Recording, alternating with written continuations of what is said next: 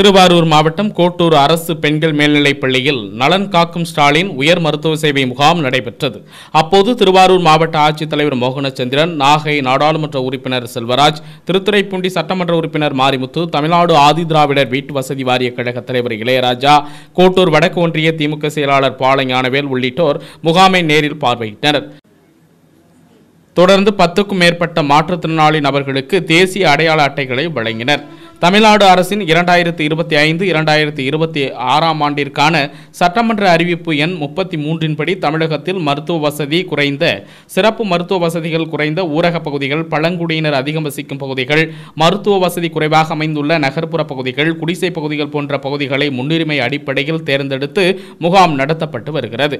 இம்முகாம்கள் நீரிழிவு மற்றும் உயர் இரத்த அழுத்த நோயால் பாதிக்கப்பட்டவர்கள், பொது மருத்துவம், பொது அறுவை சிகிச்சை, எலும்பியல் மருத்துவம், மகப்பேறு மற்றும் பெண்கள் நலன், குழந்தைகள் நலன், இருதய நோய் பிரிவு, மூளை நோய் பிரிவு, தோல் மருத்துவம், பல் மருத்துவம், கண் மருத்துவம், காது மூக்கு தொண்டை இரத்த பரிசோதனைகள், மனநல மருத்துவம், எண்முறை மருத்துவம், நடமாடும் இலவச டிஜிட்டல் எக்ஸ்ரே வாகனம், கதிரிக்கவியல், சர்க்கரை நோய், ஆயுஷ் மற்றும் சமூக பொருளாதார ரீதியில் பின்தங்கிய மக்கள், தமிழ்நாடு முதலமைச்சரின் விரிவான மருத்துவ காப்பீடு திட்டத்தின் கீழ் 40 வயதிற்கு மேற்பட்டவர்களை இலக்காக கொண்டு நலம் காக்கும் ஸ்டாலின் உயர் மருத்துவ சேவை முகாம் செயல்பட்டு வருகிறது.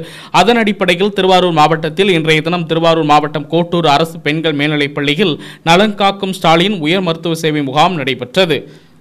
இம்முகாம்களில் அடிப்படை மற்றும் உயர்நிலை மருத்துவ பரிசோதனைகளுடன் முழுமையான உடல் ஆரோக்கிய பரிசோதனைகளும், இரத்த அழுத்தம், நீரிழிவு நோய், மின் இதய வரைபடம், எக்கோ, அல்ட்ராசவுண்ட் ஸ்கேன், எக்ஸ்ரே, காசநோய் மற்றும் தொழுநோய் கண்டறியும் பரிசோதனைகளும், ஆரம்ப கட்ட புற்றுநோய் கண்டறியும் பரிசோதனைகளும், மேலும் 15 துறைகளை சார்ந்த நிபுணர்களின் மருத்துவ ஆலோசனைகளும், பொது மருத்துவம், அறுவை சிகிச்சை, இதயவியல் உள்ளிட்ட துறைகள் வழங்கப்படுகிறது. மேற்கண்ட பரிசோதனைகள் மட்டுமின்றி தமிழ்நாடு முதலமைச்சரின் விரிவான மருத்துவ காப்பீடு திட்டத்தின் கீழ் பதிவு செய்தல், மாற்றுத்திறனாளிகளுக்கான அரசு அங்கீகார சான்றிதழ் வழங்குதல் உள்ளிட்ட சேவைகளும் வழங்கப்படுகிறது.